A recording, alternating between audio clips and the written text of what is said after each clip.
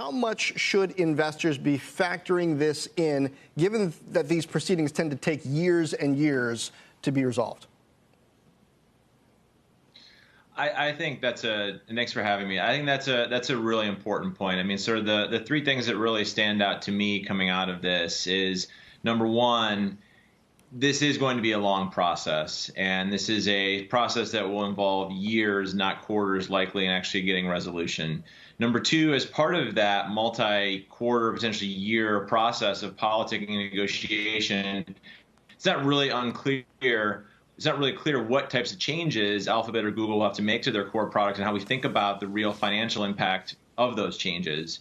And I would say point three, we've already been through a version of this before with search, and in Europe, specifically in 2018, where the European Commission did force Google to adjust their practices in the way in which they manage the Android ecosystem, essentially allowing non-Google search engines into Android, into that ecosystem. And what we saw based on that case study, at least, is that the actual growth trajectory of Google's search revenue within Europe, we don't really think was materially impacted because, to your point earlier, consumers vote. And we think that Google search is not a commodity. Google search is differentiated. And even when people had the option of choosing Google search versus another product in Europe, we think they largely chose Google search. So there's a lot of unknowns. It's going to take time. And I would just sort of look to Europe as one case study of how things could play out in this one instance. I also think back 20 years when Microsoft was under antitrust scrutiny. It was alone under antitrust scrutiny. The question was, is Microsoft going to suck all the oxygen out of the room in U.S. tech, Silicon Valley included? But now you've got the scrutiny for Google, but at the same time, you've got Amazon under scrutiny over third-party treatment on its e-commerce store. You've got Apple under scrutiny for the App Store, Facebook for social. All of these guys compete in different areas.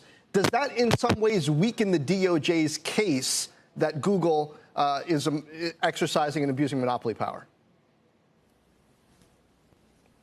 It does. You have these large and even in some cases smaller cap internet companies that have very large user bases that are taking up time spent, that are in many ways competing with each other. When we think about some of the verticals, shopping is an area where there's a lot of discussion around Google's retail search products. Keep in mind that one of the areas that we are most excited about on the Facebook side is the way Facebook is getting into social shopping.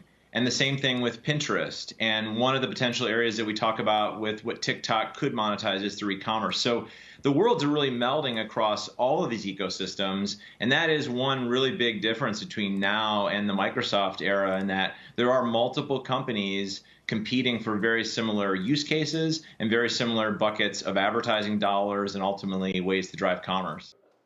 Shepard Smith here. Thanks for watching CNBC on YouTube.